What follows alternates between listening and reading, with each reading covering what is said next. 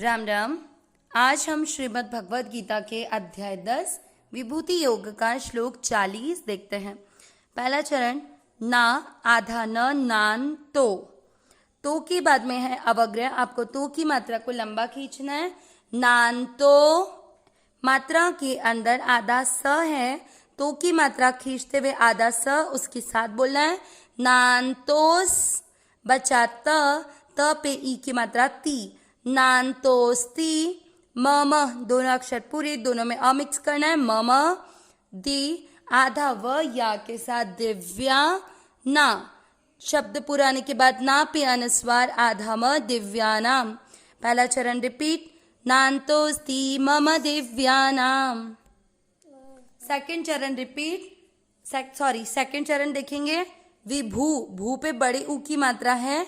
विभू, ती में भी बड़ी मात्रा है। विभूति ना, शब्द पुराने के बाद ना पे अनुस्वार आधा म। विभूति नाम। प में अ मिक्स करेंगे। प र के साथ आधा न, परन। त प दोनों अक्षर पूरे, दोनों में अ मिक्स करेंगे। तप। सेकंड चरण रिपीट, विभूति नाम परंतप। इसमें विभूति नाम ध्यान रखना है। जनरली इस अध्याय में जब भी विभूति शब्द हुआ तो भू की मात्रा ही बड़ी हुई है, ती छोटा रहा है, लेकिन यहाँ पर ती की मात्रा बड़ी है, ये ध्यान रखना है। पहला और दूसरा चरण रिपीट, नान्तोस्ति मम दिव्यानाम विभूति नाम परंतप। तीसरा चरण, एश, श में अ मिक्स करेंगे। एश, तुद, तू बड़ी मात्रा आधा द, तुद।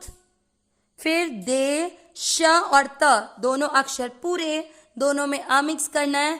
देशत, त में अ की मात्रा, इसलिए विसर्ग को पढ़ेंगे ह। तुद्देशत। प्रो, प्र का अर्थ हुआ प आधा और र पूरा।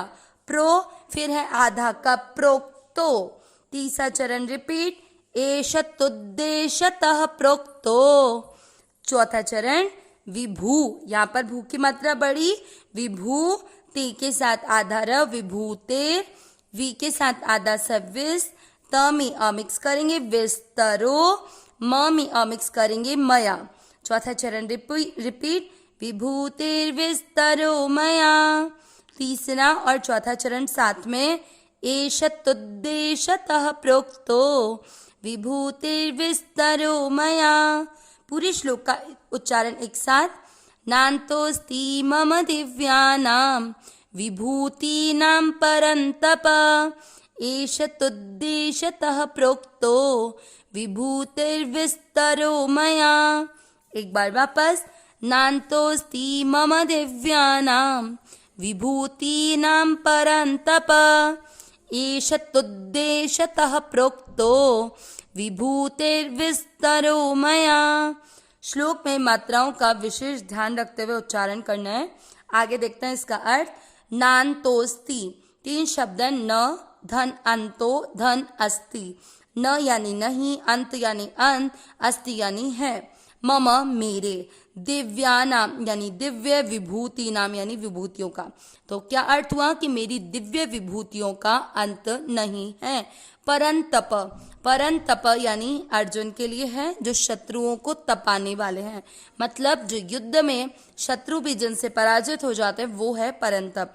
तो हे परंतप अर्जुन, मेरी दिव्य विभूतियों का अंत नहीं है।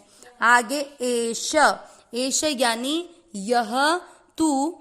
अब देखो इसमें तुद्देशतः ये चीज है ना, तो इसमें तू जो छोटा लेंगे और एक ऊ आएगा, ऊ की मात्रा लगी हुई है, तो छोटा ऊ और ऊ दोनों मिलकर ऊ ही बना।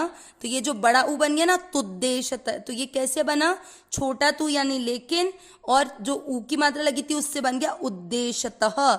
उद्देशतः का अर्थ हुआ कि संक्षेप से केवल, मतलब भगवान बोल रहे हैं कि मेरी विभूतियों का कोई अंत नहीं है, केवल इस उद्देश्य से कि तुम्हें ये बता दिया जाए, इसलिए मैंने इसको संक्षेप में कहा है। मतलब बहुत कम मैंने अपनी विभूतियों का वर्णन इस अध्याय में तुम्हें बताया। प्रोक्तो कहा है, प्रोक्ता यानी कहा है, विभूते यानी विभूतियों का, विस्तरो विस्तार से, मया मेरी। भगवान ने क्या बोला कि मैंने तुम्हारे सामने अपनी विभूतियों का जो विस्तार का है ये तो केवल मैंने संक्षेप से नाम मात्र का है। अपन कहते हैं ना कि ये तो केवल इतनी सी नाम मात्र की चीज है, तो इसलिए भगवान ने कहा है कि मेरी विभूतियों का कोई अंत नहीं है। इस अध्याय में मतलब यहाँ मैंने जितने भी श्लोक में तुम्हें अपनी दिव्य विभूतियों के बारे में बताया ये तो केवल संक्षेप में नाम मात्र में कहा है।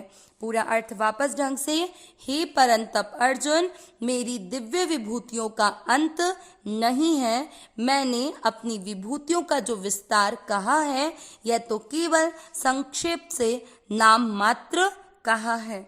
अविनाशी सहज सुखनाशी, हे नाथ हे मेरे नाथ, मैं आपको भूलूं नहीं। नारायण नारायण नारायण नारायण।